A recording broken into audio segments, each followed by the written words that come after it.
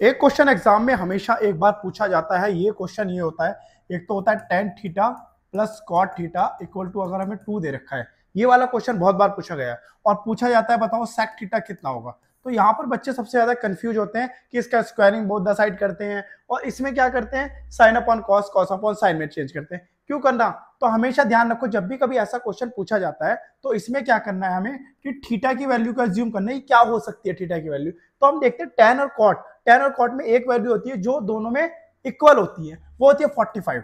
45 अगर यहाँ पर रखते हैं हम थीटा की वैल्यू तो हमारा आंसर क्या आ जाता है, 2 आ जाता है। तो यहाँ पर क्या हो जाएगा, सेक 45, और सेक 45 की वैल्यू क्या होती है, √2। यही इसका आंसर होगा। ये काफी बार मैंने क्वेश्चन कराया हुआ है तो इसलिए मैं रिविजन में ला रहा हूँ ये क्वेश्चन कि इस क्वेश्चन को मत करना भूलना।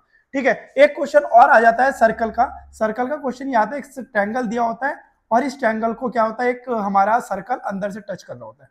ठीक है, और ए बी सी डी हमें side, A B C side होगी और डी ई एफ हमारे ये पॉइंट्स दिए होते हैं जहां पर ये टच करता है। अब हमें क्या दिया होता है, जो ए बी की लेंथ है वो 8 है, ये 10 है और ये क्या हमारे पास 12 है। ठीक है, ये हमें लेंथ दी होती है और पूछा जाता है बताओ बी डी कितना होगा, ए ही कितना होगा और हमारे पास सी कितना होगा। इस टाइप से क्वेश्चन पूछा जाता है हमेशा।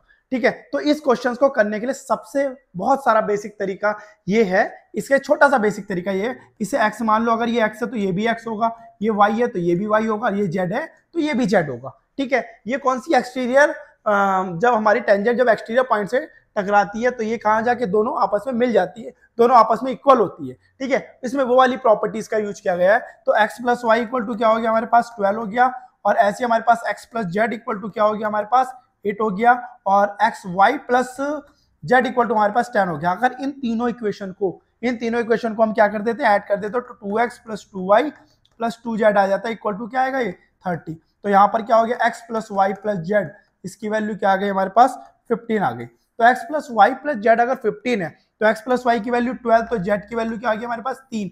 अगर z की वैल्यू 3 है तो ये भी 3 होगा, ये भी 3 हो गया। अगर हमारे पास x प्लस जेड की वैल्यू क्या 8 है तो y की वैल्यू अकेली कितनी हो जाएगी, 7 हो गई। 7 तो y की वैल्यू 7 का मतलब ये वाली वैल्यू 7 आ गई। अब बची x की वैल्यू, अगर 3 है 7 है तो x क्या हो जाएगा, 5 हो जाएगा।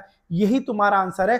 ये क्वेश्चन कई बार 3 मार्क्स में पूछा गया है, किसी पेपर सेट में मैंने देखा ये क्वेश्चन 2 मार्क्स में ही पूछा गया है। तो जैसे ये पूछा जाएगा तो हमारे यहाँ मार्क्स पक्के हो जाएंगे और बहुत इजी तरीका है, ये बेसिक तरीका पूछने का। थैंक यू, इसी तरह आते रहेंगे और भी क्वेश्चन लेके। Thank you.